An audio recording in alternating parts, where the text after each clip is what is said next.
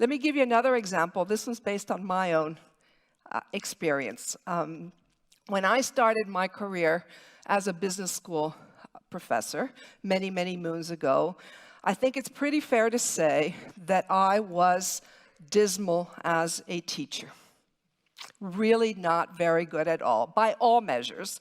I was at the bottom of the barrel in terms of the teaching ratings. My students were disappointed that they didn't get the kind of gray-haired one that could tell the good war stories and connect them to the right networks. And I was not having any fun in the classroom teaching. And this was dragging out. And loads of people tried to help me. And they gave me invariably that same advice that we all get when we're having a hard time. Can you guess what it is? Just be yourself. And of course, as far as I could see it, that was the problem. I was too much myself, too introverted, too academic, too theoretical, too inexperienced, too scared, But one day, one of my colleagues came by to help me out and gave me somewhat different advice, somewhat different feedback. And I could hear him very well still today. He said, when you walk into that room, you have to recognize that this is an arena and you have to own it. He said, you're walking in there as if this was all about the content of what you have to deliver, the knowledge, the research, the ideas. He said, let me tell you, it has nothing to do with that. This is all about you owning the space, about your presence. And the only way that you're going to make it crystal clear to each and every one of those 90 students sitting there that this is your space and not their space is to be a dog and go mark your territory in each of the four corners of that amphitheater.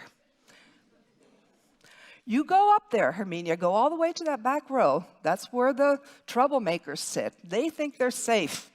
You're not going to see what they're up to, but you go right up there and you look at what are they doing? Did they take notes? Did they highlight the case? Are they prepared? Are they doing something else? You get to know them one by one. You put your arm around them.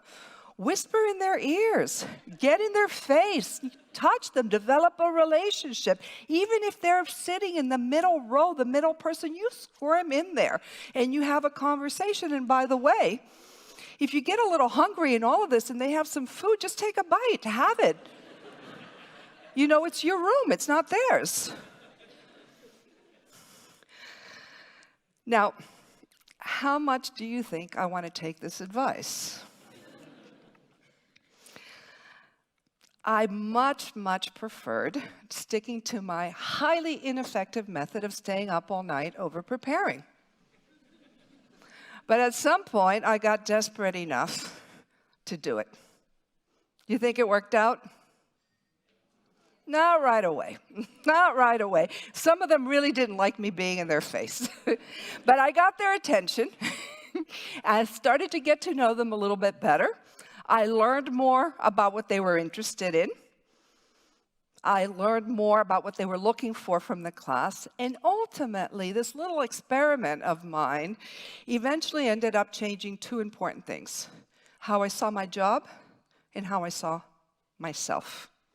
Because before, the way I saw my job was about me delivering what they needed to know. This shifted me to thinking about how do I create conditions that increase engagement, that increase learning. And that freed myself up to experiment.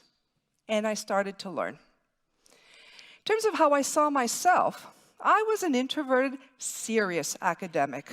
I wasn't one of those people into the infotainment and silly theatrics.